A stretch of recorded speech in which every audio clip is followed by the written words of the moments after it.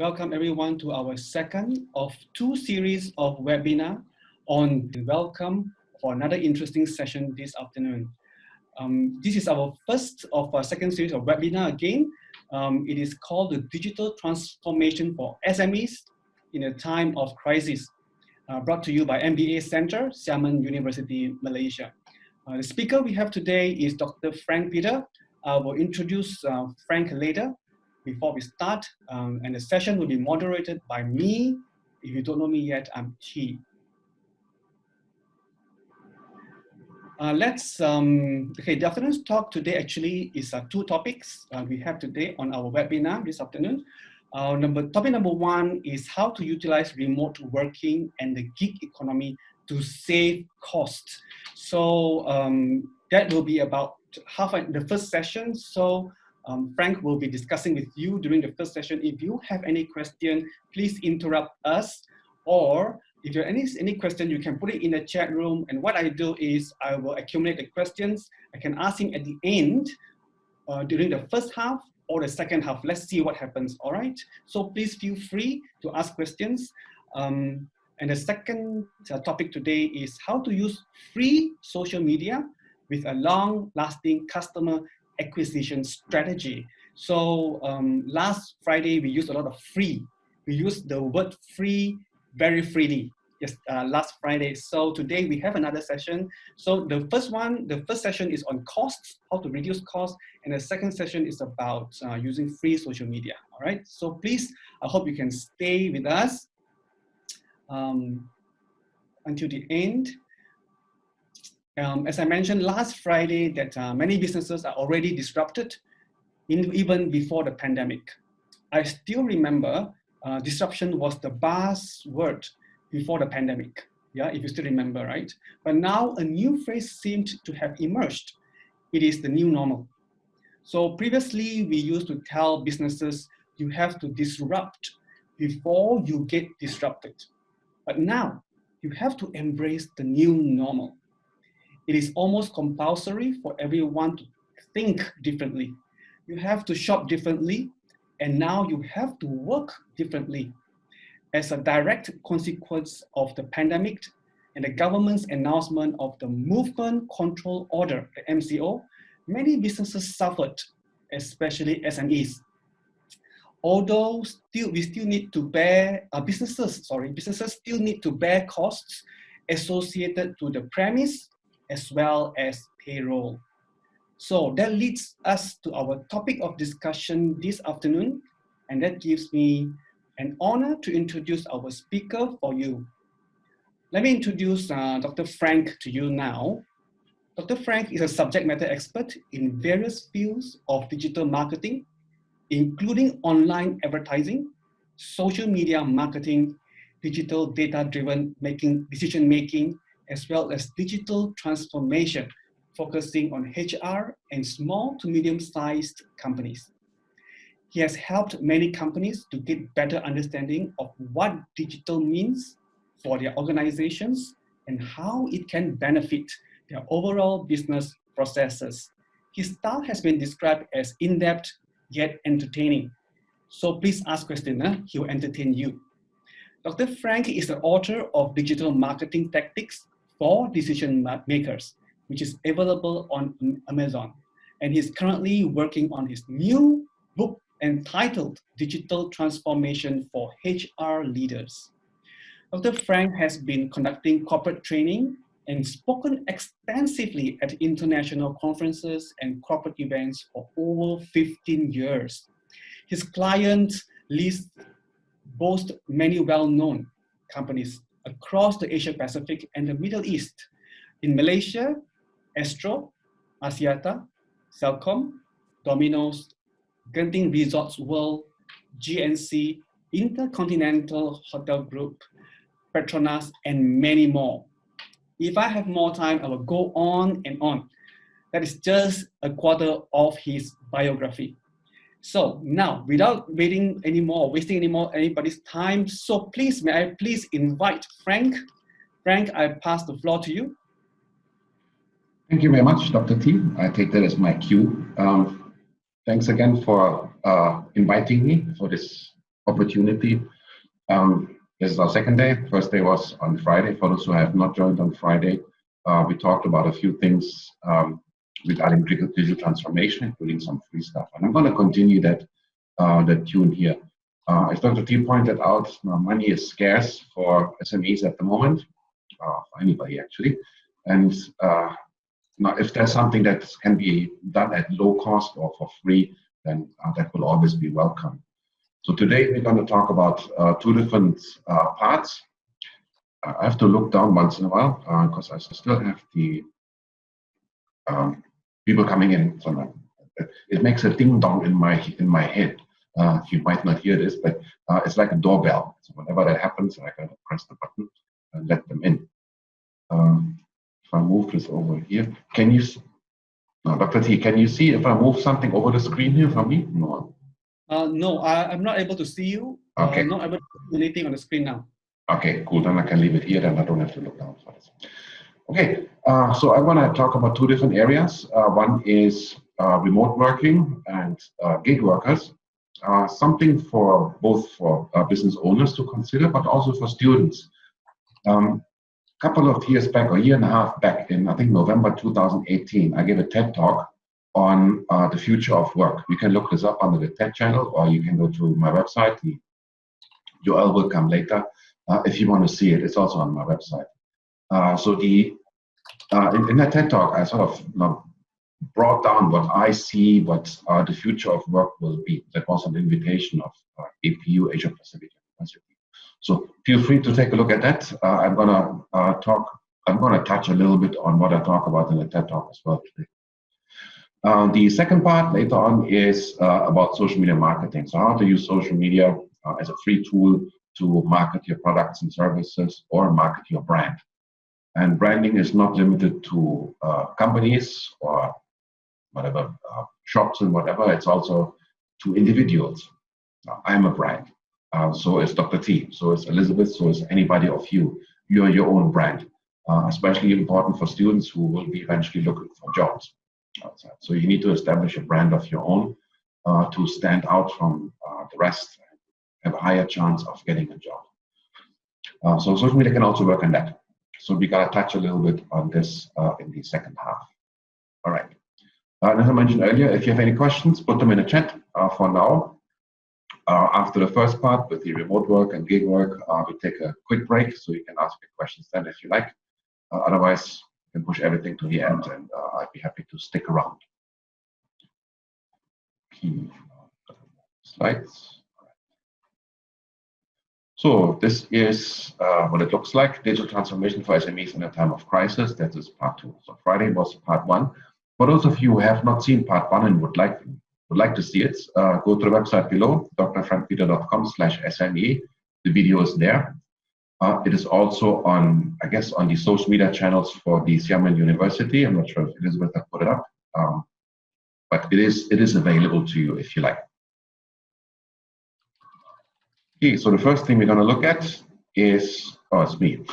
If you want to get in touch, so please do connect on LinkedIn. Later, we'll talk about personal branding. LinkedIn plays a major role in white-collar personal branding. So you might find that interesting. Do connect with me on LinkedIn. I do publish some thoughts here and there that might be of interest to you when it comes to digital transformation, digital marketing. But don't do it now, do it later. Now you got to listen to me. Other than that, now please feel free to visit the website. Okay, first part, remote work and the gig economy. Those are two slightly different things. Now, remote work is for full-time employees not working at the premises. And I do have, the last week, I have the official definition here from Wikipedia. Telecommuting also, so remote working is the same as telecommuting and some other words that are for it. So it's working from home, mobile work, remote work, flexible workplace, yada, yada. So it is something that is decentralized. On Friday, we talked about cloud computing, that was decentralized computing. Now for remote work, that is decentralized working. So you have people on your payroll that you pay a salary who are not in the office at all times. and maybe 1 day or 2 days a week in the office. But other than that, they may be working from home or from some co-working space or someplace else. This is going to become the new norm. I'm a strong believer of that. The thing that now people have to commute every day to come to work is not very productive. If you live in KL, for example, I live in Melawati. Let's say I have to go for a meeting to Shah Alam. It takes me a decent hour to get to Shah Alam, probably more than that. Then I have a 10-minute meeting, and then I have another hour and a half going back. It's not worth it. Absolutely not worth it. And the same as if you go commuting on a daily basis, you go to the office. If it takes you 45 minutes or an hour to get to the office and another hour to get back, even by train, it is 2 hours wasted of your life per day. It is non-productive. It's complete waste. It's much better to spend those 2 hours with your family or with your hobbies or whatever else is important to you, or even working or making extra money, rather than sitting in a train or a traffic jam. So remote working is something that will take this away. So you can work from home or any other place and still have contact with the office itself. Not everything can be done remotely. So if you're in manufacturing, assembling stuff, then this is going to be difficult to do. But for most office work, that can be done remotely, especially if you utilize cloud computing, as we talked about on Friday. So you can see there's a theme here, where you can access files remotely as well. So then it really doesn't matter where you are, what you look like actually, in terms of dress code, as long as you have an internet connection. That is really the main thing that you need to have, an internet connection. Everything else can be done remotely. Now there are some pros and cons, and let me go through this in a bit. So as a remote worker, you can be wherever you like, as long as there's internet connection. So with 5G being rolled out, there's really no real limitation to this.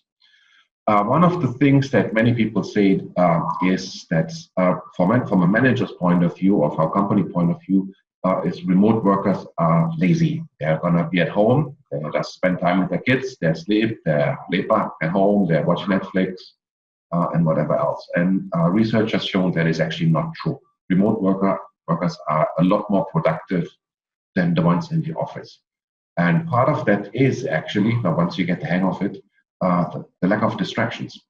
Once you get the hang of it, once you know how to manage your time at home, there are no distractions. I noticed from my own office, I used to have 6 staff when I first started out in a physical office. And one would go to the other and chit-chat a little bit, and then meet at the pantry, and then make a coffee. And it's a lot of time wasted and a lot of distractions here. And that doesn't happen for workers in general. But let me talk about some more details here, some pros and cons. So that's the increased productivity.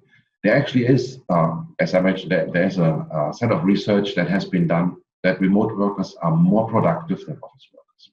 Something's very difficult to comprehend, difficult for many managers to believe. But I think in the current situation where many people are forced to work at home, managers will see that the output is much better. It takes discipline on both sides. It takes discipline on the person who works from home. That is me in this case. So I have to be prepared. I have to set some space aside at home. I'm kind of lucky because I have a spare room that I can convert to an office. Others may not have that luxury. They may do it from a kitchen table at the moment. But now, as long as you can get yourself organized, it's actually not a bad thing. The other thing is clear KPIs have to be set. KPIs, so key performance indicators, it has to be clear to both the manager or the company as well as the remote worker what is expected from him or her. So in the office, now the manager can come all the time and breathe over one's shoulder, breathe down the neck, and what you doing? Have you done that yet? And whatever. And for remote, it's a bit more difficult to do. So there's a trust factor that comes in. And the trust will only work if you have clear indicators set as to what has to be completed.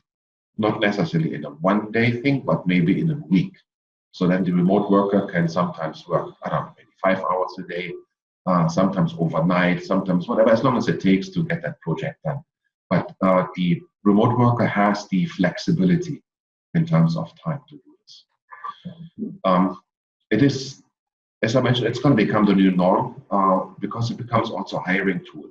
So especially for students that are listening right now, if you have the choice between two employees, one makes you come to the office every day, one lets you work from home, both still expect the same stuff from you, most likely you will choose the one from home, working from home, because it allows you more flexibility. Let's say you have aging parents to take care of it, maybe you have your own kids, whatever it might be.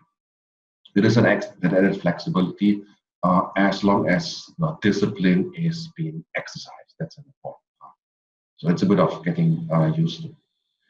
I mentioned the saving time. That's basically the commute time and money, petrol money, and all the stuff. All this you don't have to pay if you work from home. Some companies do a hybrid. Some companies that I know, so they let their staff work from home 4 days a week, and 1 day a week, or 1 day every 2 weeks, or 1 day a month, whatever. Is going to be a social gathering in the office premises, simply to catch up, but also to compensate a bit for the cons that there are.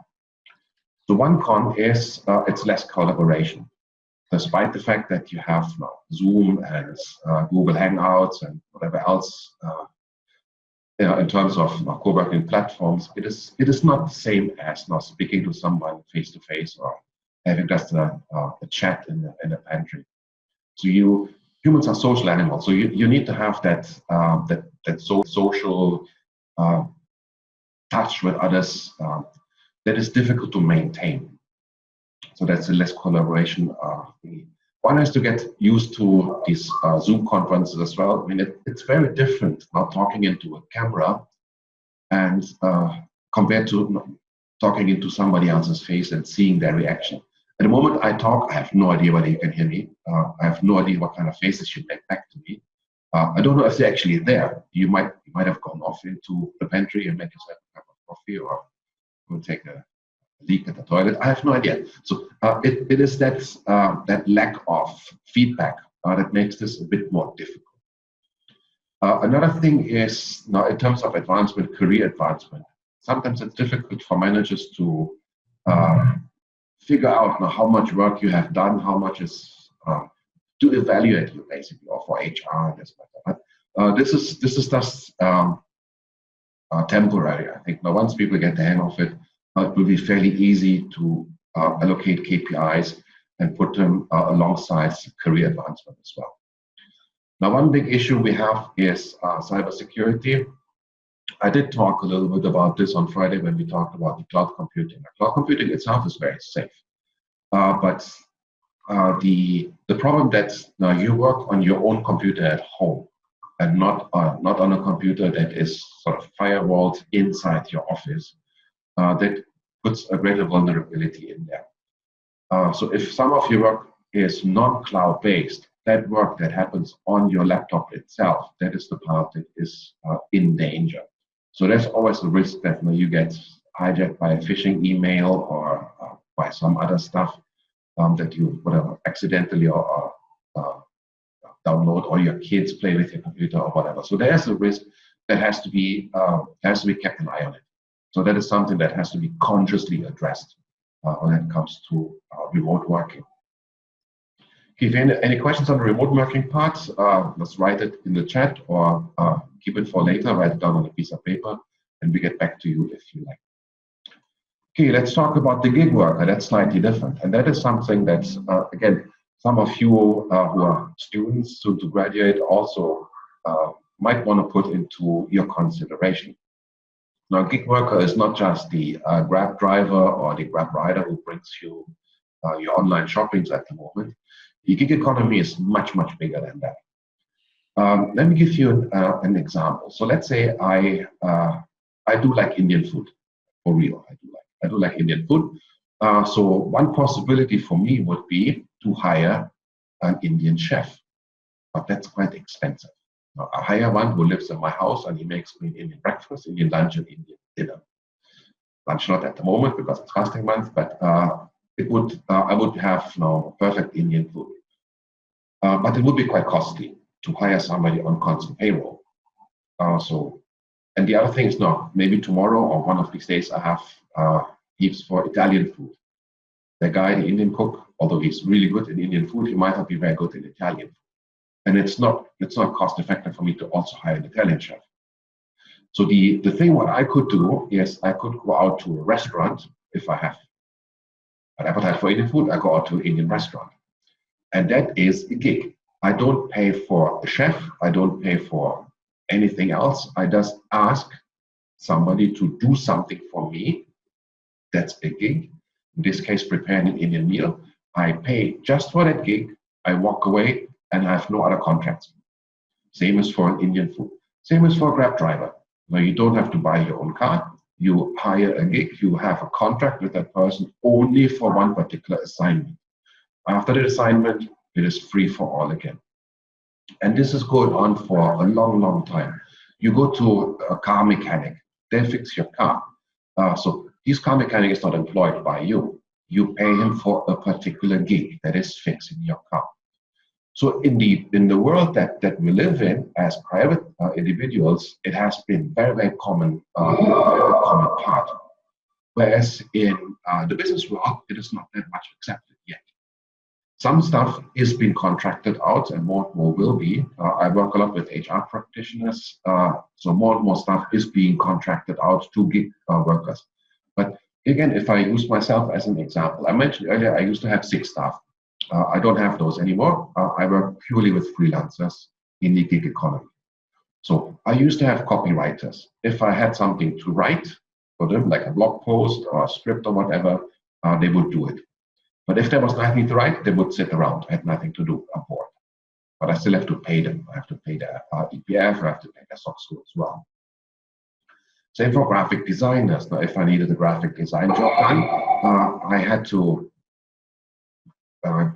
get that person to do it for me. And then if there's nothing to do, that person had was again bored. But I still had to pay for it. So that didn't make sense. So in terms of money, it doesn't make sense. Also in terms for that particular person, it doesn't make sense because if that person is bored half the time, he or she is not going to be encouraged to work at their best. So the gig economy is different. Nowadays, whenever I have something to write, I have a freelancer or a group of freelancers who will do this for me. It's the same as hiring somebody to cook you a meal. You hire somebody to write you a piece of content, or you hire somebody to do you a piece of graphic design. You only pay for that particular job. After that, you have no more obligations towards that person. And I see this, other than having a core staff that works remote, I see this as the future of work. So if you look at my TED Talk, this is what this is all about. So the gig economy is what I believe is going to be the future of work. So that is also something for you then to consider as students. Depending on what you're graduating on, you may not find a job at some point at a company for that particular expertise that you have, especially if you have a very generalized expertise. If you have something very specific, you may also not find a job because they may not have enough projects for you. So it is something for you to, I don't know, at least think about how it would be if you were to work as a freelancer. So you got to be really good at something. I mean, that is a prerequisite of being a freelancer. If you're so in many things, then you're not going to survive as a gig provider. You have to be good at something. And that's something that must be something that companies look for. Can be accounting. Accounting, a lot of it is going to be outsourced. I outsource all my bookkeeping, my accounting, the auditing, all the finance stuff. Everything is outsourced to various people. I don't do this myself.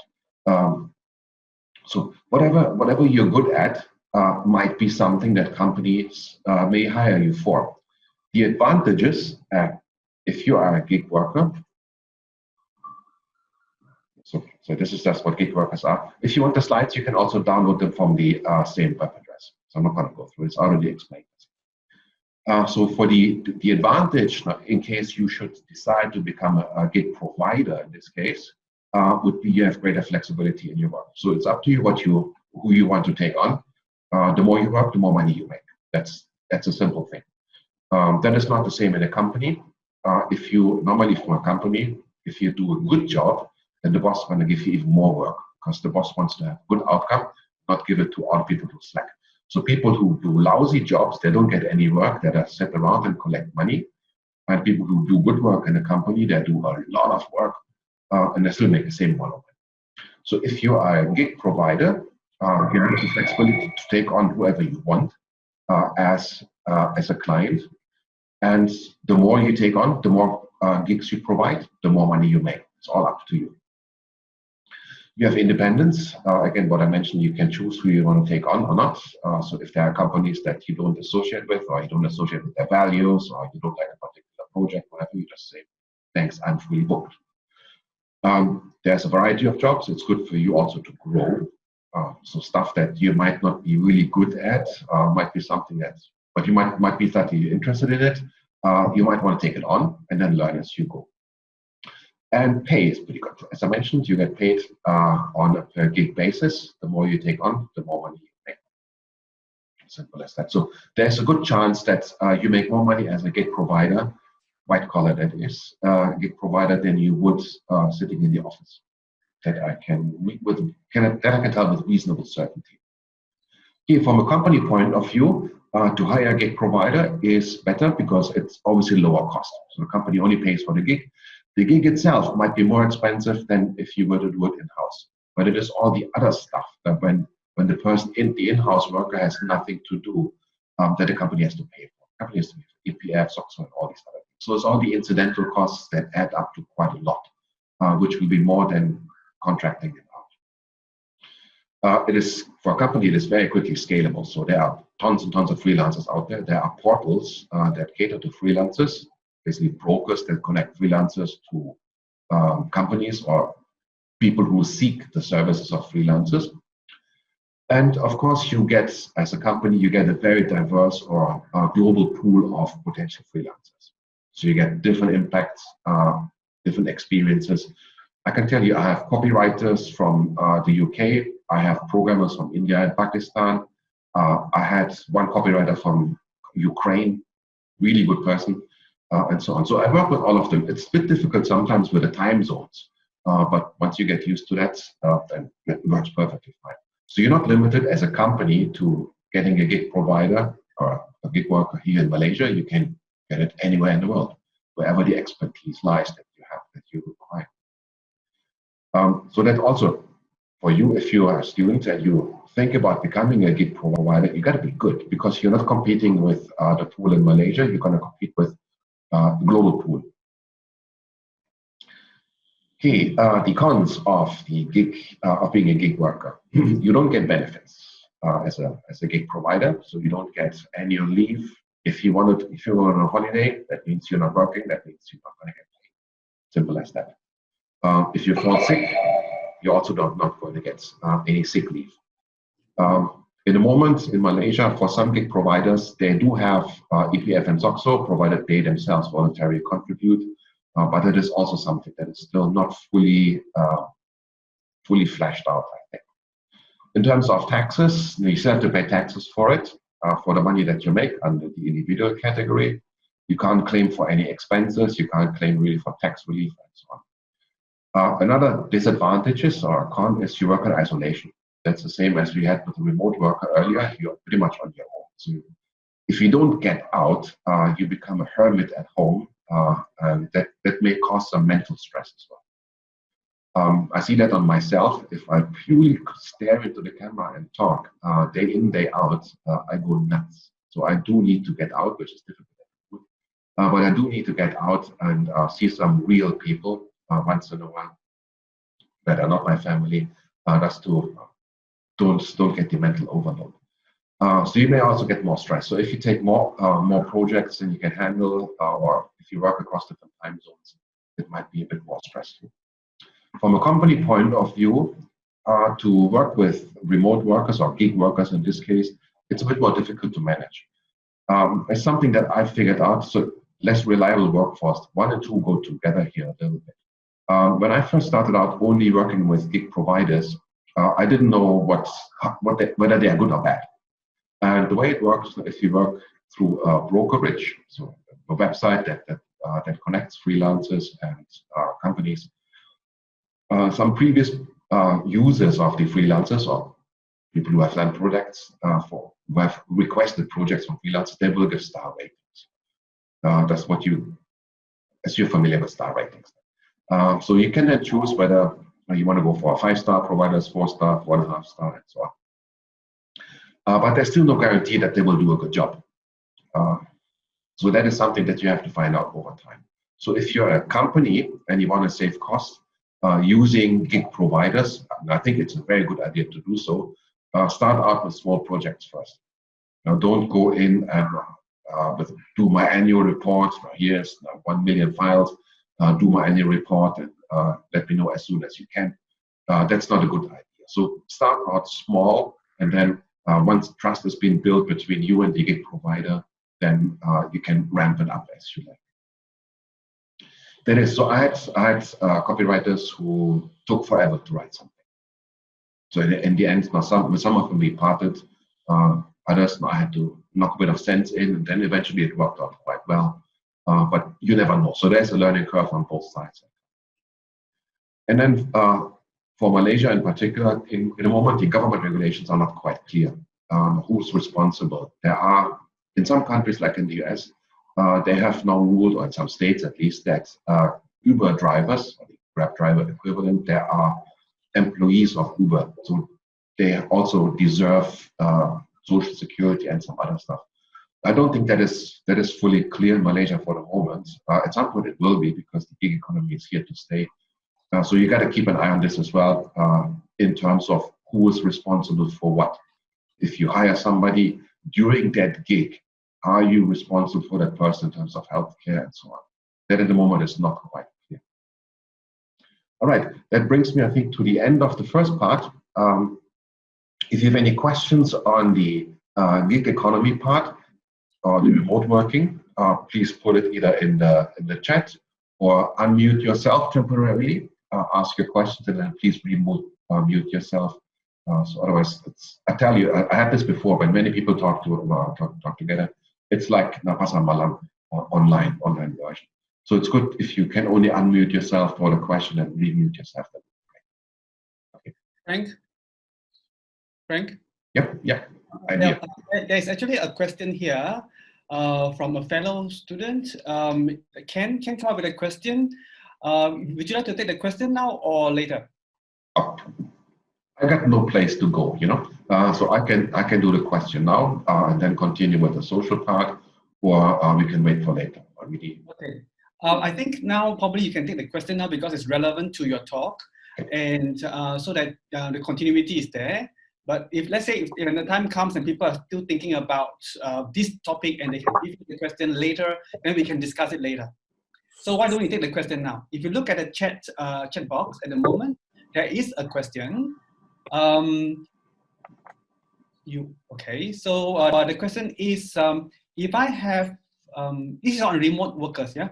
So how to maintain the mental well-being of remote workers? So that's one question. So the first question is how to maintain the well-being of remote workers. The second question is how to overcome stress in isolation. So you were saying it earlier that people like us now, we're in isolation, so we are isolated. So how to overcome that kind of stress, especially when things did not go well with office. I mean, probably there's some issues in the office. I think if you can just clarify a little bit. You're saying that if there's some misunderstanding or something that's happening in the office and you cannot go to the office, is that what you're saying? So probably we can address the first question first, Frank? Yeah, that's a very, very good question. And it's very, very, very current as well. I'm not a mental health expert, so I'm not really in the best position to actually answer this. But mental health is a major issue if you're working in isolation, if you're working at home. I mentioned this briefly during the presentation. It's important, at least for me, for example, in order for me not to go totally nuts, I have to go out once in a while and see different human beings. I cannot just sit in here. So I think an important part is to find a good balance. The thing is, if you work in an office, you generally work 9 to 5. You have your fixed breaks here and there. So there is some kind of a discipline that you have.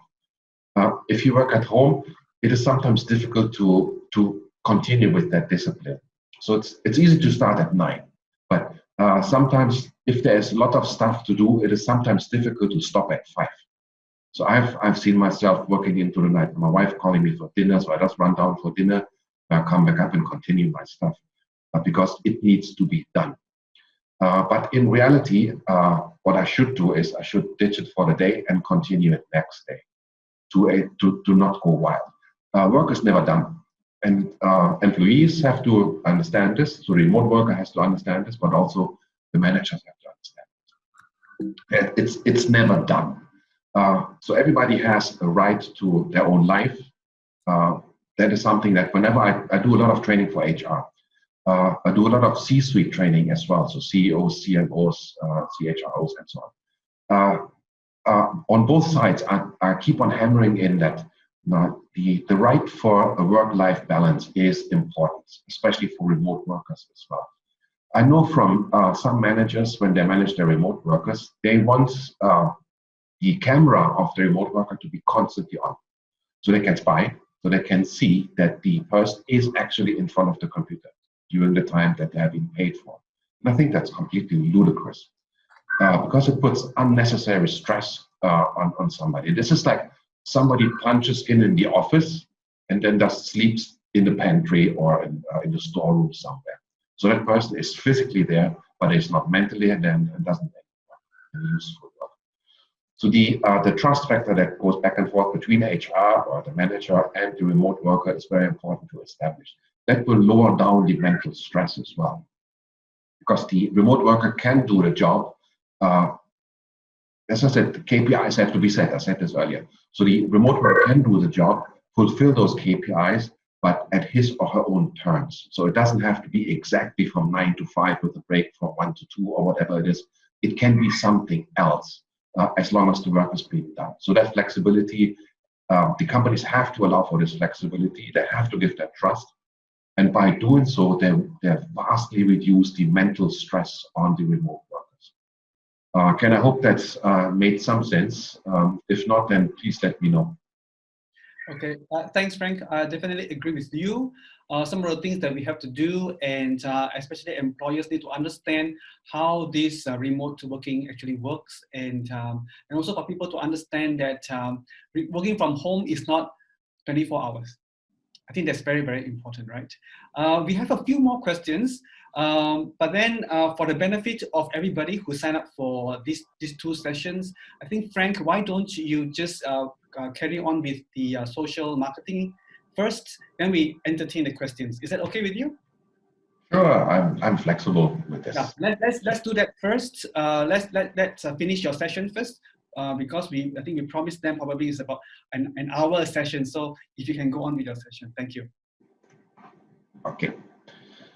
So this part we're going to talk a bit about social media marketing, and of course, social media marketing is a very broad and wide topic. So I will just go down onto a specific strategy that I think is important to consider before you go into social media marketing per se.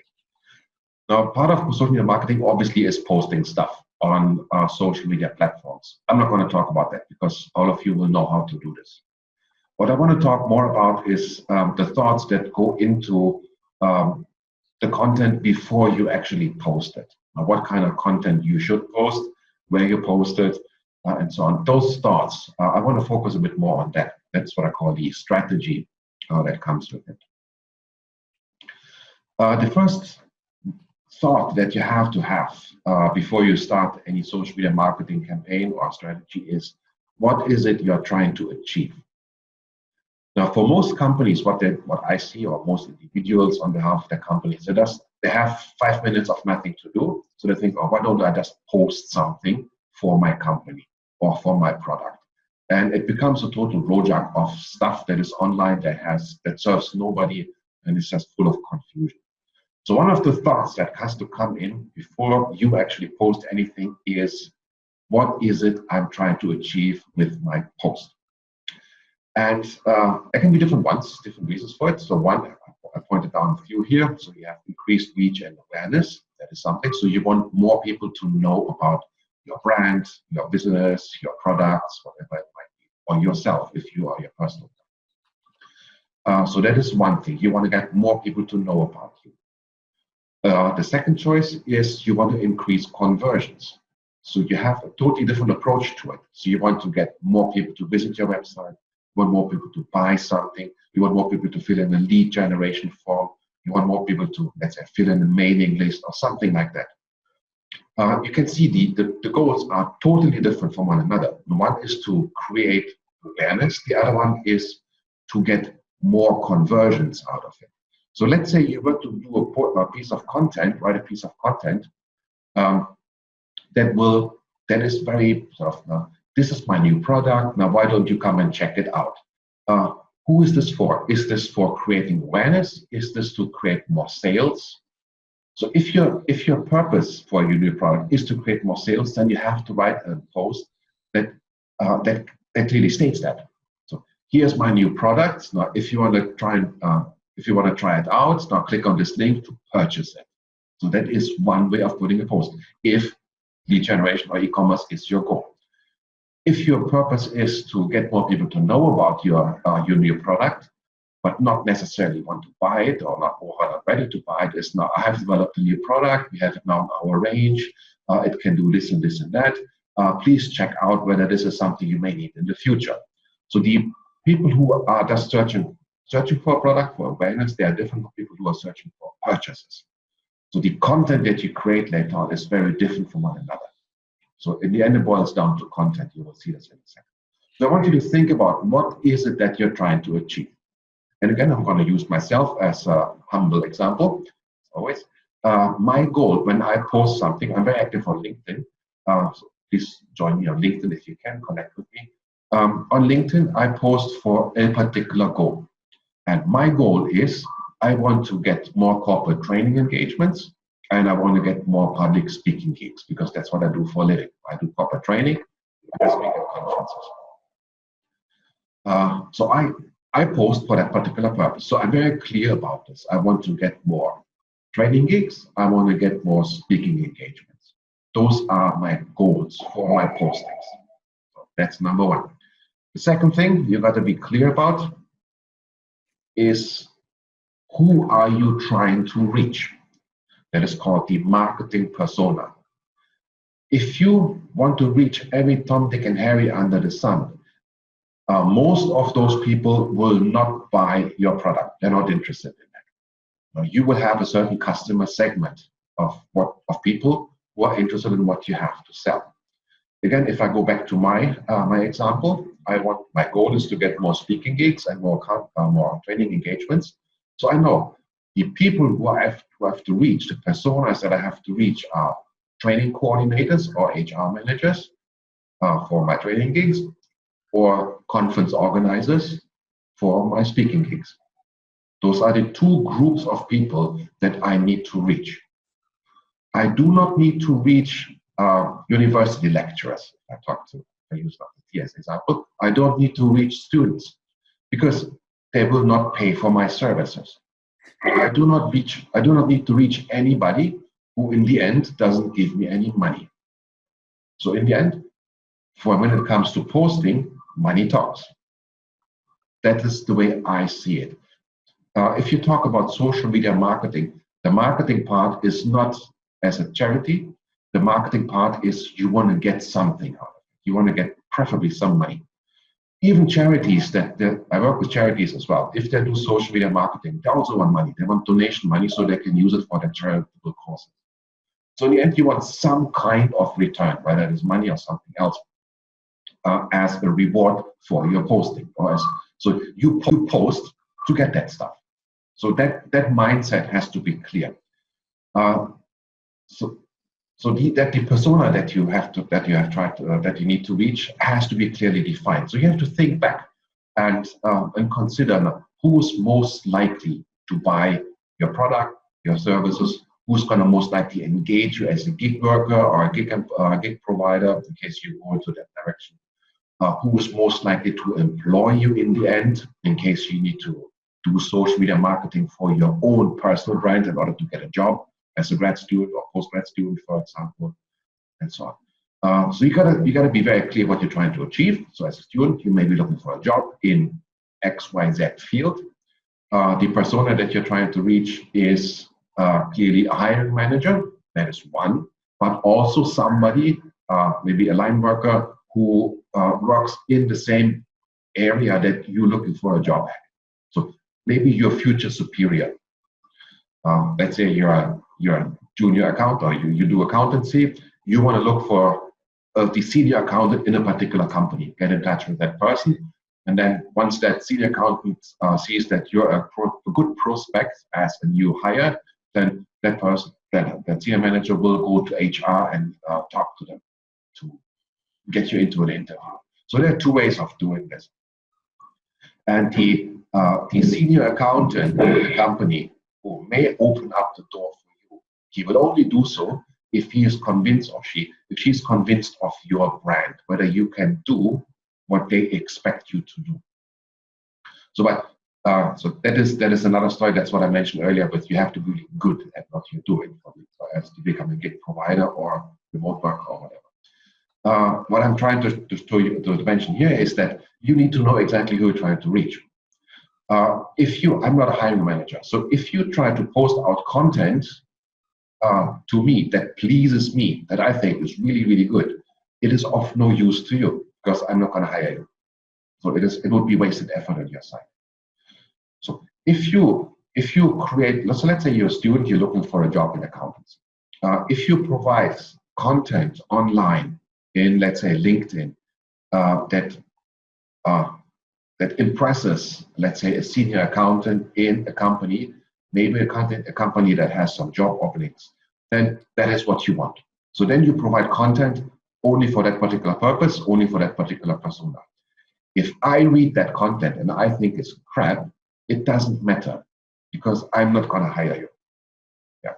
So you only need to please those with your content that eventually give you what you want, whether this is a job, for me, whether it's a gig, if it's for e-commerce purposes, those people who pay for your goods or services. So in the end of the day, it comes down to a combination of the goal that you have and the persona, so you can crank out valuable content. Again, if I use myself, that's as another example. So I told you, my goal is I want to get more speaking gigs. I want to get more conference engagements, because I get paid for those. So, and in order to get more of those, I need to impress either training and development managers, or HR managers, or conference organizers. Those will be the ones who will help me to reach my goal. So when I create content, I have to create content that is of high value to those specific personas. So I will write content, or I make video content, or whatever it might be, best for that persona, that impresses that particular hiring manager. If that hiring manager is thinks that no, I'm kind of reasonable in terms of what I seem to know and whatever, then they will get in touch, and maybe I get a job out of that, a gig out of that. If, let's say, I write a piece of content and for the fun of it, Dr. T sees it and he says this is complete rubbish, I don't care, because again, he's not going to hire me. So I don't need to please everybody. There's this saying, I can't remember, it's attributed to Steve Jobs, but I don't think it's from him. If you want to be friends with everybody, go and sell ice cream. That's not what my goal is. My goal is not to be friends with everybody. My goal is not to be liked by everybody. My goal is to get a job and make money so I can feed my family. That is my goal.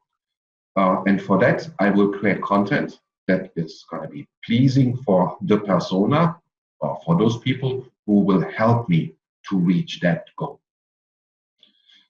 So that is I think, an important thought you have to have when it comes to social media marketing. Posting stuff later on depends really on the goal and the persona that you have. Let me give you an example. So let's say I take a video of me and my cat. And, you know, the internet is, social media is all about cats. So I take a video of me playing with my cat. So it's a 30-second video. It is the cutest video you have ever seen. and my finger is really itchy to post it on, let's say, Facebook or LinkedIn. But then I asked myself my two questions. Posting this piece of content, posting me playing with my cat video, will it help me to reach my goal of getting more speaking engagements and getting more training engagements? And probably not. Will it impress training and development managers? Will it impress, let's say, conference organizers? Probably not either. So since there's no to both of these, I'm not going to post it. So before I post a piece of content, I ask myself those two questions. Will it help me? Will this post help me to reach my goal? Will this post impress the person that will help me to reach my goal? If the answer is no to any of those, I will not post it. So if you go to my, let's say, to go my LinkedIn feed, you will see that all my posts will have undergone this evaluation. So there's no personal stuff on it. Now, me posting a picture of me and Nasi Lemak, will it help me to get more training engagements? Probably not. So I don't post it. So you don't see any of the personal stuff. Now, as I said, I'm mostly active on LinkedIn. Now, LinkedIn is a bit more strict when it comes to the business as business stuff. Facebook, I might slack a little bit because I also want to show on Facebook that I'm still human. I'm not a robot. So I may occasionally show myself with a plate of nasi lemak, but not on a regular basis. So most of my posts will also be for a particular purpose. All right, I think that's that part. Let me see. So if you have a company and you think about using social media as a marketing tool and you're not quite sure, please get in touch. Now we can talk about processes and strategies that you might have for this. If you're an individual looking at personal branding, please, same thing, get in touch, and we can take it from there. In the meantime, if you have any questions, please put them into the chat or unmute yourself and ask them. That concludes my part. I'm looking forward to answering any questions you may have. Okay. Thank you, Frank. You definitely, just now, I think you pointed out quite a few points that are really, really important. Some fundamental knowledge I think people should have about posting things on social media, and not only posting anything, but having things, a specific agenda on your mind. I think that's a very good tip that you share with everybody. But now, I think there are a few questions, burning questions, but what you said just now was really important. Let me share a few questions with you. The first question, I think we have to rewind back, just go a bit backward to the question on gig workers. So question number one, may I know how can we lower the risk of leaking confidential information of company documents while hiring gig workers? Do you have any light on that, Frank? Yes and no. In most gig workers, once they are established, they are professionals, so they know what to do. I'm also a gig worker in a way, because I'm employed by my own company. But if I don't have a gig to do, I also don't get paid.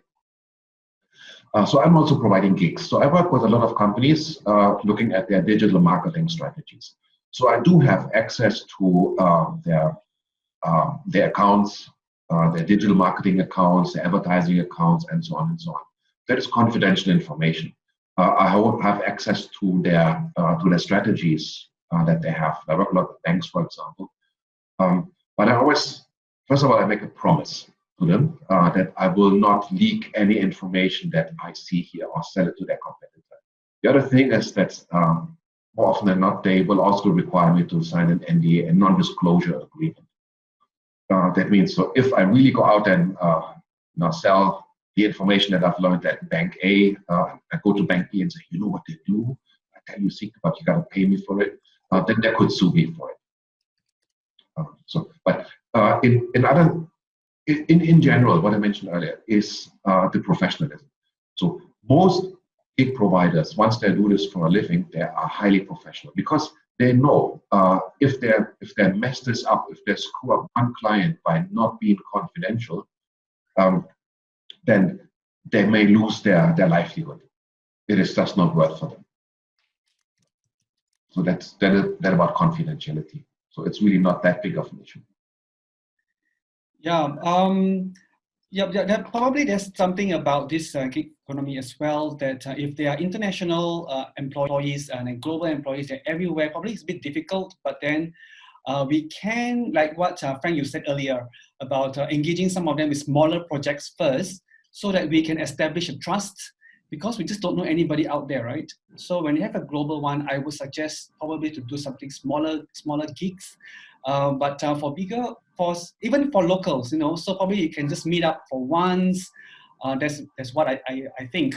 Meet up for once, and then from there onwards, you establish a relationship and you work from there. What do you think, Frank? Yeah, that's right.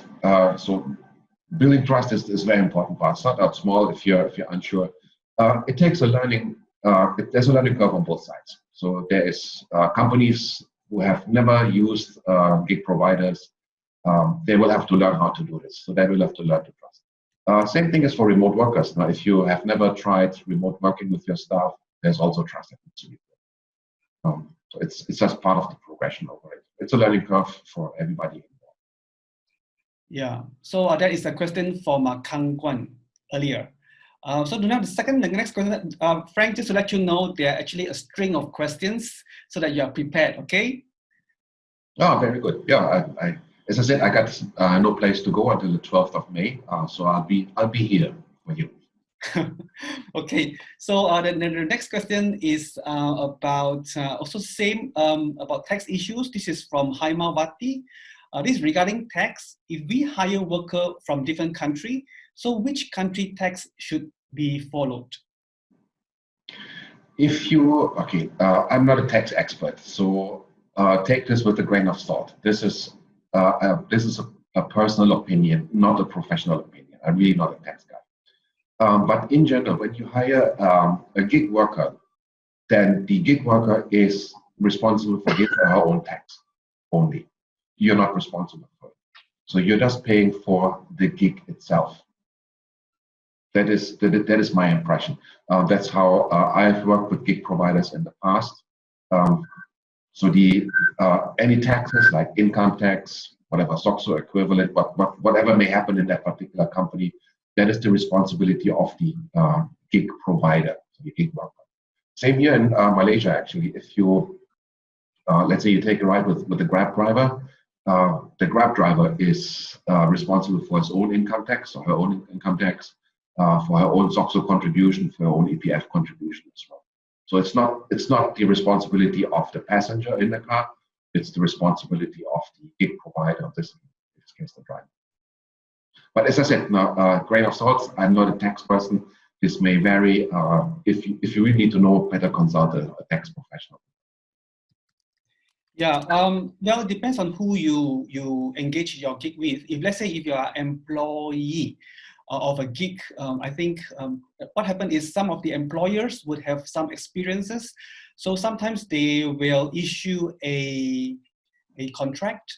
So if you want to engage in a certain piece of job with any potential employer, and the employer will probably have a legal team, and what they do is they will give you a contract, and what is happening in the contract, there's specific terms, and one of the terms probably they also spell out whose responsibility it is to be declaring tax. And most of the time, I think, Frank, you're right, the employees would have to declare the tax. So probably you need to read the what do you call it, the contract as well before you sign the contract with your potential employer.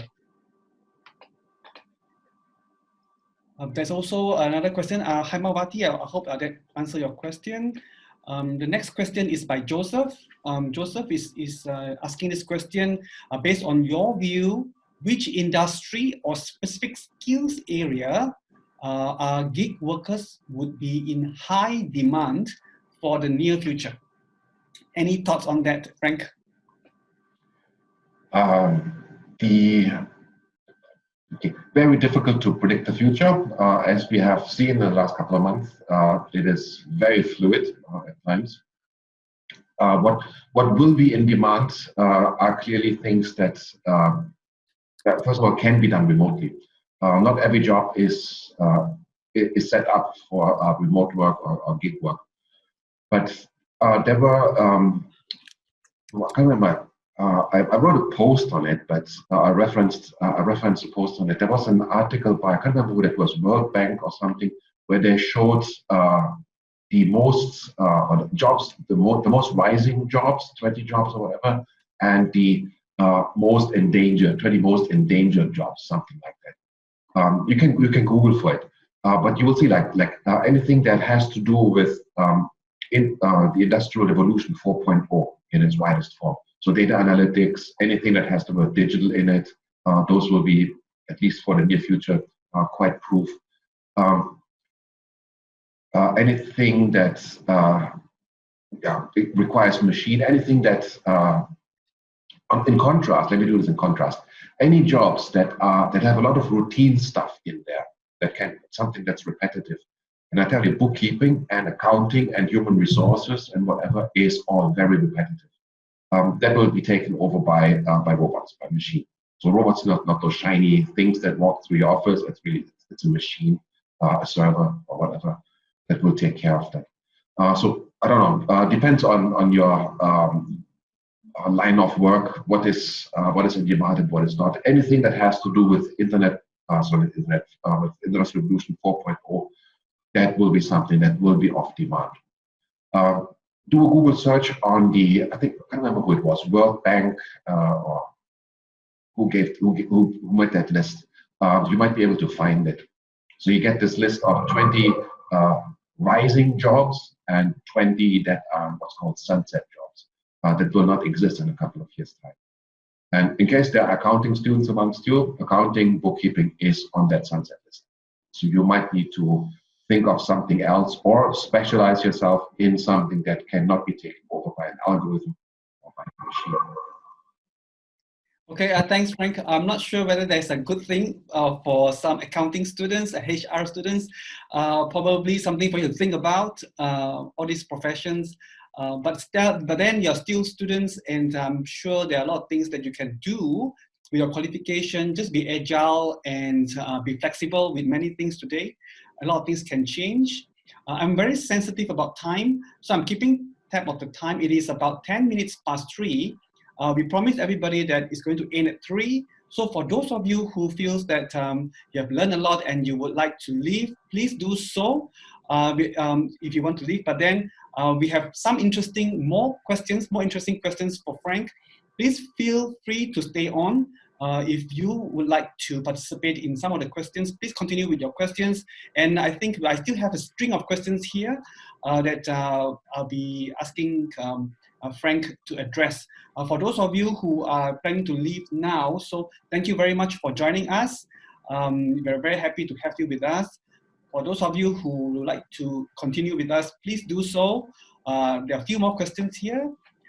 Frank, there's this question from Wicked.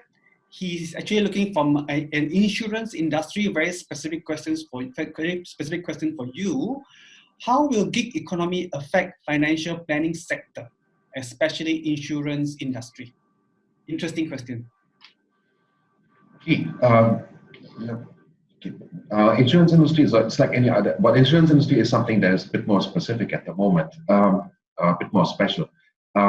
It is still, at least in the eyes of the middle-aged or older ones, that they will buy an insurance not from a company but from an individual. So I think, especially for financial products, insurance including, it is still a human-to-human transaction that takes place most of the time. Although there are portals available where you can buy your insurance online, clearly, at a lower fee, so you don't pay the agent and so on.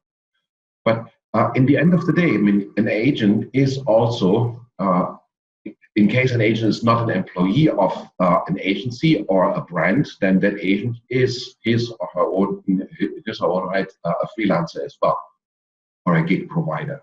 So for an agent, I have a neighbor who is an insurance agent, a financial planner. If she doesn't sell any products, she doesn't get paid. Simple as that. So that, by definition, is a gig provider. If she doesn't produce a gig, then she can't put food on the table. So finance industry, insurance industry is already part of the gig economy. So it's not something that it will become. It already is very much part of the economy. You have also freelancers who do other stuff as well. So you have, I work with a property agent who did property agent, who was a property agent in his main line of work, but on the side also sold insurance. So he was not employed by a company or by an agency. He was purely a gig worker. So you got to have this all over the place. If you're an insurance agent, I mean, there's nothing that holds you back unless you have any contracts to the contrary. There's nothing that holds you back to also dabble in other things, selling whatever, water purifiers or anything else on the side. You're not locked in. So as a gig provider, you have the freedom of taking on gigs whatever you like.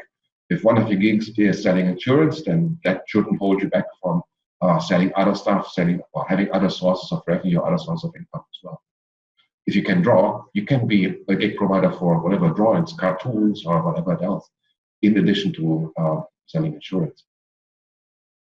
I don't know if that answers the question, but I don't think there is any risk that the gig economy will become part of insurance. It already is very, very heavily part of the insurance industry. Okay, thank you very much, Frank. Wei-Kek, congratulations. If you're asking the question, if you are part of this industry, you are part of the gig economy already. So well done. Well, second, the next question is from William. The question is, as a potential gig workforce. So Frank, I think from your talk, I think this person is really thinking about being a gig employee, gig worker, right? So how do we build a good reputation and channel, meaning in relationship, so that a company would trust us to do their work? Is there any advice on some essential skills needed to become a good gig worker? This is from William. William, you're on the right track, because that's where the future will go. Yes, so the first thing is you have to stand out. I mean, there are tons and tons of other people who maybe do something similar. You obviously compete with people who are still within a company and doing the same job. So you have to be good. There's no way around it. You have to be good at what you're doing. Brings me back a bit to what Dr. T said with the HR practitioners people who are graduating in HR. If you're an HR generalist, that means you have a general knowledge of HR. That means you're not particularly good in any particular field, and that's going to be difficult. So you have to be good at something specific, something that cannot be automated. So if you're good at benefits, then also tough, because benefits can be automated. If you're good at payroll is already automated. So there are lots of HR functions or other functions that can be automated or outsourced. Outsourced is for gig providers. So that is where we get the low-hanging fruits out of. So as a trainer, for example, I don't have to, I compete with people who do in-house training. Some big companies like Petronas, whatever, they have their own training facilities, their own in-house trainers. But if they need somebody in, for example, digital marketing, they don't have that in-house expertise. So I get the low-hanging fruit and get called in as a gig provider. And the same is true for William. If you're competing with the in-house expertise that there is, but if you're really good at something specific for which the in-house expertise does not exist, then you will be called in. But you have to prove that you're really good at it. And there are basically two ways. Well, there's one way only to do it, but there are a couple of approaches to go for it. One is you have to showcase yourself. As I mentioned earlier, for the social media marketing, you have to think about who you're trying to reach, who need to pay attention to what you can do. Your goal obviously is to get gigs in your specific field. So you have to identify clearly who in the online world will help you to get those gigs. Then you got to think about, where will this person hang out? Will he or she hang out on LinkedIn? Will she hang out on Facebook? Will she hang out on Instagram? Depending on what kind of gig you have. So if you're looking for, let's say, accounting gigs or whatever, then it's most likely in LinkedIn. So once you have identified the platform where your potential target, where your mark, if you want, where your persona hangs out, then you have to make a presence there. So you have to build your own brand. So you have to post content that is of value to that persona that will eventually help you to reach your goals, your key. So you got to show. You're right. We write educational posts, for example. That's one way. You can try videos nowadays. Everybody's doing webinars. Go for that. Educate people on what you are doing. Don't be shy with information. Don't be shy to educate. Don't think, oh, if I tell everybody how to do this, then they're not going to hire me. They won't. They hire you because you show that you have that expertise, and they'll hire you because they expect this and more from you. But you have to prove that you can do what you claim to do. So that's the first step. The other step is, now once you have established a certain reputation online for being seemingly good at what you do, then you will get inquiries that come in. And they will ask you, how much? Now, if you tell people, no, for a small job, I want 10,000 ringgit, then it's going to be difficult to establish yourself. So I can tell you from a speaker's point of view, if you want to become a conference speaker, nobody's going to hire you if you have, although you have a good online reputation, but you have nothing to show for. Nobody's going to hire you as a conference speaker. So you have to work your way up. You do small gigs, and you have to sometimes talk for free. So you go to a local chamber of commerce and give a free talk. In this case, it's a free talk for me. I will make use of it. I will post it online, so potential organizers can see that I can do online lectures, for example, and then I may get a job out of that. So sometimes it takes free stuff that you need to do to get material, first of all, to get recommendations out of this. So I hope that Dr. T and Elizabeth can vouch for me that I did a halfway baked job here. So that will then hopefully impress other conference organizers or other universities or other training departments to then actually hire me for real money. So it is the building up of a personal brand, which sometimes involves starting out free with free stuff and then building up based on the recommendations that you get. William, I hope that made some sense. If not, then please let me know. Thanks, Frank.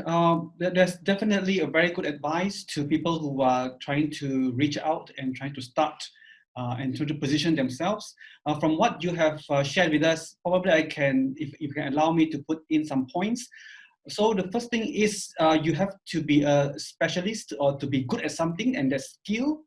Number two, probably find the gap, find out what people want in the market, find out what is their problem and how can you help solve their problem. The third one probably is networking, get to know as many people as possible, regardless of whether it is online or offline presence, create a presence. The next one is have some content.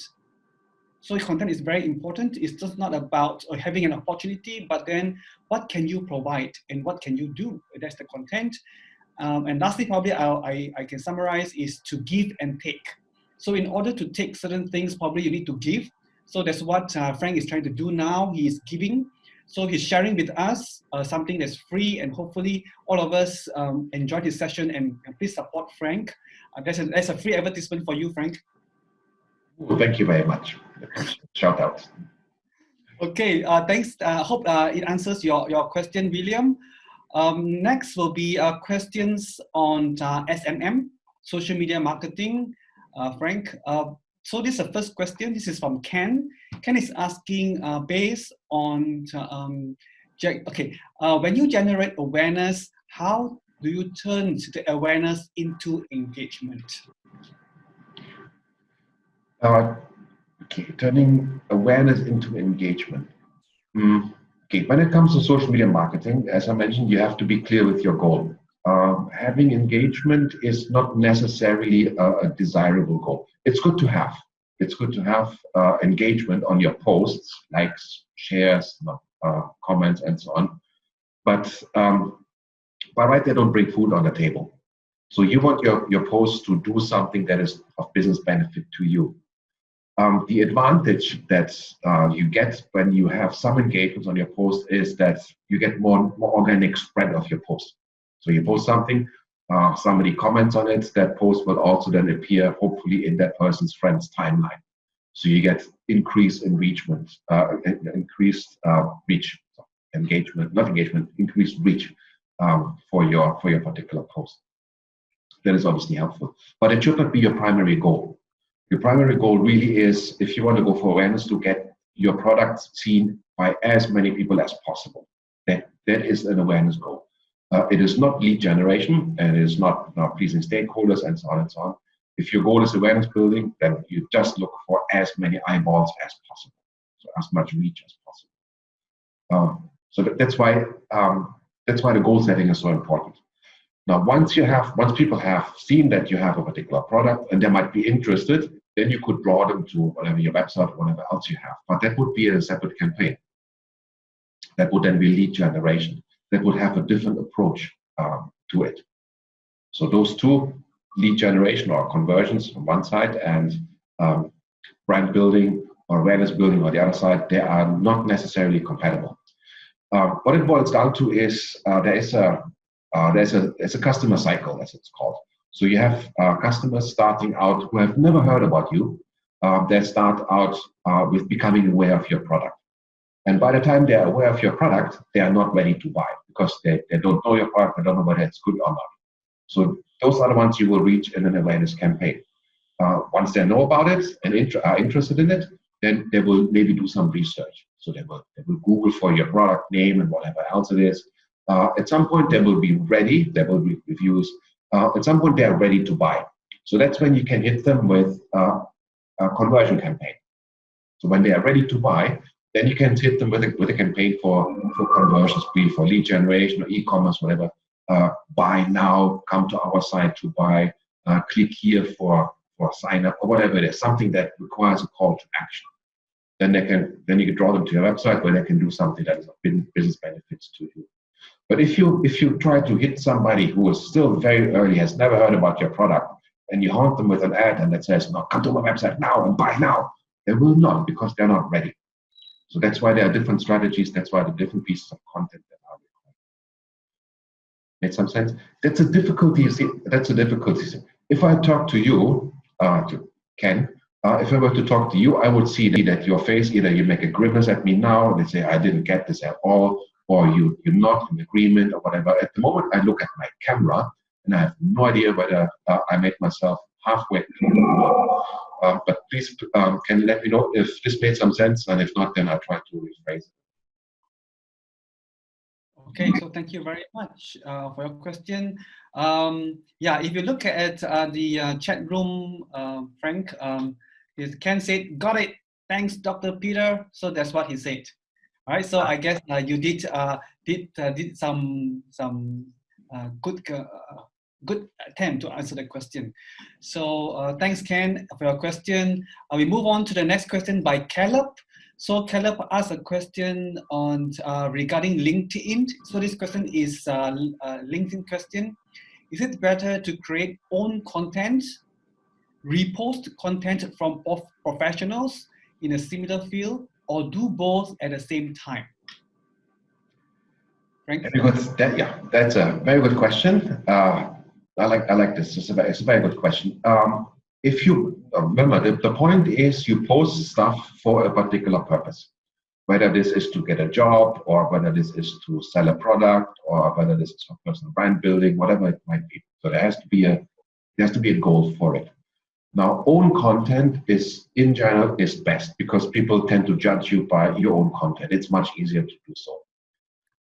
So I do try to post as much own content as I can, but I can't post all the time. So I got stuff to do, whatever stuff is. Like I have to take a nap, and I have to go for lunch and stuff like that. So I sometimes I also have actually work to do. So I might not be able to post every day or every couple of days. So I then have to. I don't want to be forgotten by the people who I'm connected with. So then I curate content. So I look for content that I think is useful, not only for me, but in my case also for learning and development managers or for conference organizers. So I still look at my goal. So if I come across a piece of content from any thought leader, or maybe an interesting newspaper article, whatever it might be, I will ask the same two questions. If I repost this, will it help me in my goal? Number one. Number two, will it impress the person who will help me to reach my goal? And if it does, then I post it. Of course, I don't post it as my own. I post it as shared from someplace else. So I don't. It's not plagiarism. It's just sharing. So I think it's a good idea. Now, as a rule of thumb, you should not go over 80% curated content. So the maximum that is recommended in general is 20% own content, 80% curated content. If you only do curated content, people think you're very generous, but they still cannot evaluate whether you're good or not in your job. So my recommendation is now do as much own content as you can, but if you're running out of time, post curated content. Brings me just to a sidetrack, just real quick, on to how often should you post. And most people say, no, I should post once a day or 3 times a day or whatever, 5 times a week or whatever it might be. And that's a totally wrong approach. If you force yourself to post 3 times a day, then the risk is that you post very shallow content, whether it's your own content or whether it's curated content, because unless you have a lot of time on your hands. But the risk is that you have shallow content. Before you post, ask yourself those 2 questions I mentioned. People can wait. Now, I rather not post anything if I have nothing of value to post. So if I have shallow posts that I think, well, they're not really good, they don't fulfill my criteria, I don't post them. I'd rather do that than post stuff that will be counterproductive to my goal. If I were to post if I were to post shallow stuff or stuff that is not related to my goal, I will dilute my brand, my personal brand. That's not what I want. So you don't have to force yourself to post every day. Now, the gap in general, you should not exceed a 2-week gap. 2 weeks is actually quite a long time. So that's an industry research was done. It takes at least 2 weeks for people to forget you.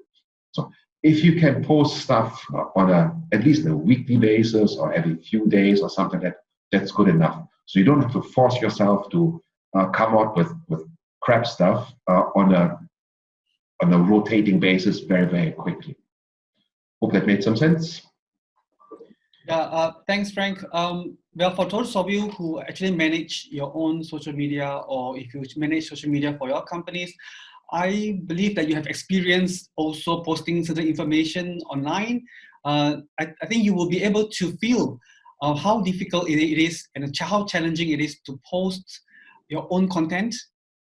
So so it's right to what I think I agree with what Frank said just now, that if you want to put something online, you probably need to think over it first, because you need to have some skills, what you want to post, not everything. Then what happens is you will clog up and you will have this information overload about your company, and people will tend to ignore, even worse for you, right? You think that when you post more things, people will be more engaged with you. If you overpost, then you will just drive people out. People get so fed up with all your postings, right? So that's my take. And also to be posting relevant content only. So if you put too many things online, probably people are not focused. And as what Frank said, you will be diluting the attention of your viewers or your potential customers. All right, Frank. The next question, Caleb, I hope that answer your question.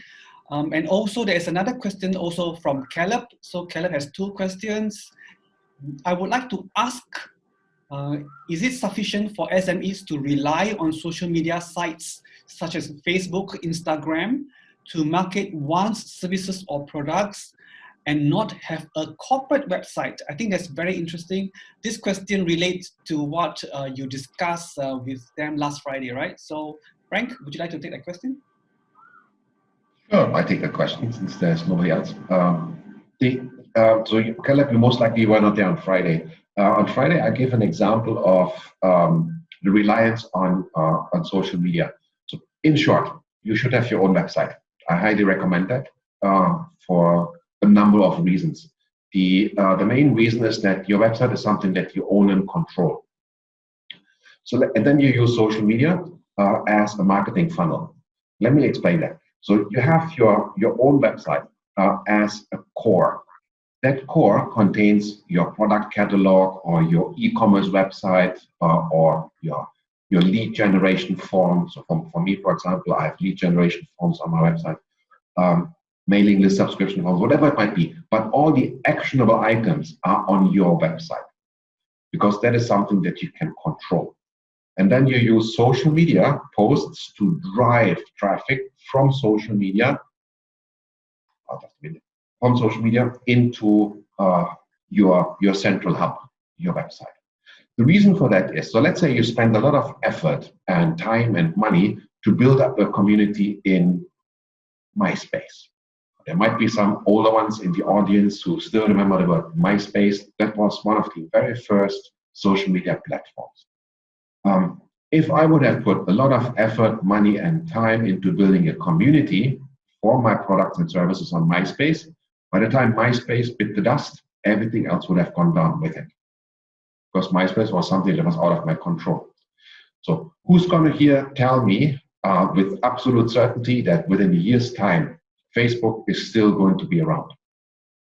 Or LinkedIn, or Twitter? Who will be certain, 100% certain, that Instagram is going to be around next year? Nobody can. Because we are not in control. So if you were to put all your eggs into one basket, all into Instagram, or all into Facebook, or whatever it might be, you may lose your eggs if that platform, for whatever reason, privacy reason, God knows what, goes down. But your own website, that is yours. As long as you pay your annual fees for it, so the hosting fee and the domain name fee, it will be yours until the end of time. Come, whatever, hell and high water. So what we do is, what I recommend to all the clients I have, but what we do as well as a company, is we use social media to draw people into our website. So we post teasers, interesting videos, short things. You want to know more, click this link. And then once people click the link, they come to our website, and then they can read the rest of it and fill out the content, fill out the lead forms and whatever it might be. There's also less distraction. Now, if you put your information purely on social media sites, people may not take the time to interact with it.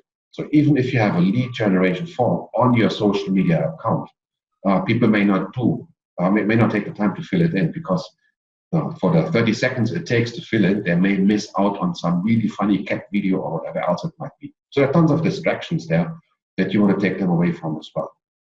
So to answer your question again, yes, you need to have a website. There's no two things about it. And a good way of using social media is really then to use social media as a funnel system to your website. So let's say Facebook goes down in a year's time, something else might take its place. So then you just continue on that place, on that new social media, and use that as a funnel to your website and continue as normal for you. Hope that made sense. If not, then you can let me know in the chat. Okay, thank you very much, Frank. I think that's very important for us to realize, and suddenly just made me, you awakened me as well that one day Facebook might not be there, Instagram might not be there. So I think we take for granted that all this social media is always going to be there because it has been there in our life quite significantly. So it's a very good something for us to think, something that is thought-provoking, that what happens if one of the social medias are not there anymore, right? Can I interrupt you for a second? Sure. Facebook is a good example of that. Now, the young generation, you can ask amongst your students, the younger generation, they're not that fond of Facebook. And there's a simple reason for it. They don't like Facebook because it's for old people. Their parents are on it. That's why they don't want to be on it. So I see this from my daughter. My daughter is 20. She's not on Facebook. She's on Instagram and whatever, Snapchat and TikTok and all the others that I'm not on. So she's not going to be on Facebook because it is for old people. Their parents hang on it. So at some point, the parents also going to lose interest in Facebook, and Facebook may lose substantial parts of its viewership. And who knows, in a couple of years' time, it may no longer be sexy enough to survive. Thank you very much. I think as this pandemic also awakened Facebook as well, because some of the product that Facebook come up with recently is not really that taken up by people because of trust issues as well. But besides the trust issue, there's also how Facebook is trying to evolve now by looking at how Zoom is working, and Facebook is trying to also come into this space now. So let's see what happens to Facebook, right? So the next question is by Joseph. So Joseph has a question on SMM, which is social media marketing topic. This is about the goal and persona that you were discussing. So obviously Joseph was listening. So thanks, Joseph. This is about goal and persona, and whether it is, he said that this criteria, they are good self-check before we do any posting. So as such, would you recommend that we maintain separate social media accounts for work and personal, or for different purposes? What would be the implication of trust if people find out that we have multiple accounts? Okay, there are a number of ways to go about it. So let's say for LinkedIn, I only have one account. And on that account, well, LinkedIn as a professional platform doesn't really allow much for the nasi lemak posts and the cat video posts anyways. So I tend to stand a lot more professional on LinkedIn itself. Now, I get about, give or take, 70% of my business out of LinkedIn. So that is the important platform for me to stay. And it is all business for me there. There's very, very little, if anything at all, of personal life. Probably nothing at all. Now, I do have a Facebook account as well. Facebook accounts for very little of my business. So I can stay a bit more relaxed there. So I do have only one account under my name. I do have a few business accounts for the businesses I run. So I run a company called Skills Academy that has its own Facebook business page. I have a company called Asia Training that has its own business page. I have a few e-commerce sites that I run. They all have their individual business pages. So they run pretty professional. But for my own profile on Facebook, it is a mix of both. So I do post professional stuff. So I will post this video, for example, or at least the link to this video on there. But I may also post something that is a bit more relaxed within limitations. I generally do not post any food pictures unless it's something very out of the ordinary, or we have a business meeting somewhere that involves food. Then I may show this. I may show the hotel or whatever. I will not show any family pictures there either. So I'm quite restrictive. So I do have privacy issues for this. I do show relaxed pictures, but I still keep them in a way that I don't regret it later. So something I definitely don't put up is not any drunken brawls or any half-naked pictures or any political statements or racial statements or whatever religious statements that I may regret later. Because now you got to keep this in mind. First of all, it's bad for business. But the other thing also is that the internet never forgets anything. So even if you delete your post, if you delete your account, it still lingers around somewhere. There's software available that will help potential recruiters. So this is for students now. Potential recruiters, let's say you're looking for a job at a bank or whatever else, they will look at your social profile. And there's software available that will dig out stuff from you from times that you do not believe you even existed.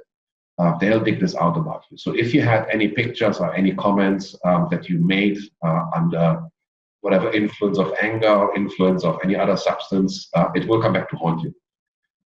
To just keep this in mind. So so I would put personal postings, personal stuff that you put up on, let's say, Facebook, also within limits. Now, Facebook is to connect with friends and family. You can do this. You can make closed groups for that. So if you really want to exchange stuff without any without any limitations, then make closed groups. Invite your close friends into that group. There you can share whatever you like. It doesn't matter because it is closed, and you can even set it as anonymous. If you want to be in touch with your family, make a family group as a closed group. Only invite them in. That is not open to the public eye. There you can rant about whatever you like. You can rant about whatever food, religion, whatever it is. You can do whatever you like. it is closed. In the public domain, I would be more restricted. If that answers that question, so keep it separate if you can. If not, be conscious as to what you post, even on a personal level. Okay, thank you very much, Frank. What you are saying, I think, is very relevant to everyone. It relates to some people, and not only some, I think to many people who feel that all this social media platform is for us to share all our feelings without thinking much about the consequences, right, and ramifications. So I think it's good warning to all of us what to post, and be careful, be mindful of what we are posting. It might come back and haunt you one day. I think that is a wake-up call for everybody. Thanks for sharing with us. That is the last question actually for this for the session. Before we end, I think it's already like 3:40. So I think it is enough for today's discussion. Frank, you have any last thing you want to share with everybody? Yeah. If you think this was any useful, please stay in touch. Best way is either to go to LinkedIn and connect on LinkedIn, and I can also see what you're doing and learn from you. It becomes a two-way street. You can go to the website that you see at the bottom of the slide there. There's a mailing list subscription that you have. That's more for companies, because I do publish once in a while stuff that is relevant for SMEs, not so much for students, regrettably, and this line. But if you're running a company, sign up free of charge. You will be informed as to when new videos, new tutorials come out, new tips here and there. It's all free, no harm done. If you don't want to be part of it at some point, you can just unsubscribe at any time that you like. Other than that, I'm happy that not so many people stayed on. We just text, so there's still 28 people still here. We had a total of, I think, 62 or something like that. So quite a number of people still were able to make it. I thank you for that. And then, as I said, stay in touch. If you have any questions specific to any SMEs or whatever, feel free to email me. You can see my email on the slide here as well. I may take a couple of days to respond. It's not because I don't care. Sometimes I'm a bit busy, actually, despite the MCO. But I will do my best to respond. So, until next time, then. Thanks, Frank. Well, people say every problem provides an opportunity. So like today, the president of the Malaysia Shopping Mall Association said that although the people still enjoy going to the malls, their shopping behavior also changed. He acknowledged the role of online shopping specifically, and how can shopping mall complement online shopping instead of the other way around already. So it is as if the table has turned around, that online shopping becomes mainstream and physical shopping plays a supporting role. So that's how important going online is. Well, something to think about, right? So thanks, Frank. Well, I guess we have to stop now. It has been a productive 1 hour and 45 minutes with Frank. Thanks for the very interesting and enlightening tips. I believe that you have shared with us very irrelevant in these times when businesses are trying to moderate their costs to stay afloat. I hope you have learned something in this webinar, everybody. So Xiamen University Malaysia MBA Center would like to thank Dr. Frank Peter for his willingness to share with everyone his insights for the benefits of everybody today. And also thank you everyone for your presence here today, for your time and your effort to listen to us. I'm sure you have benefited from this webinar to at least explore new alternatives. Until we meet again, please take care and stay safe. Thank you.